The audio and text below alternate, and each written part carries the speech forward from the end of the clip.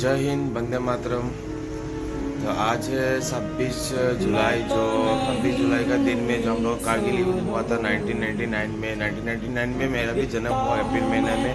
और 99 में जो कारगिल युद्ध का जो विजया दिन जो मनाया जाता है 26 जुलाई को, जिस दिन हम लोग कारगिल युद्ध जीत गए थे।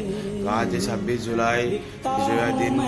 मैं जितने भी भारत के डिफेंस से जुड़े हुए हैं सबको आपको दिल से नमन करता हूँ। जो लोग कारगिल युद्ध में अपने देश के लिए शहीद हो गए थे उनको कोटि कोटि प्रणाम करता हूँ। भारत माता की जय।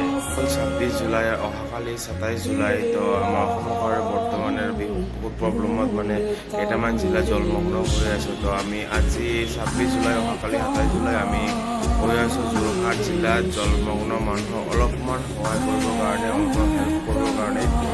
তো যদি আপোনালোকৰ যদি এনেকুৱা প্ৰব্লেমত থকা মানুহৰ যদি হেল্প কৰিব বিচাৰে আপোনালোকৰ যাব প্লিজ। মানুহে মানুহৰ বাবে কৰিব লাগে। আমি অহাকালি মানডে আমি যোৰহাট যাম। যোৰহাট যাই মানুহক অলপমান হেল্প কৰিম। ভাৰত মাতা কি জয়।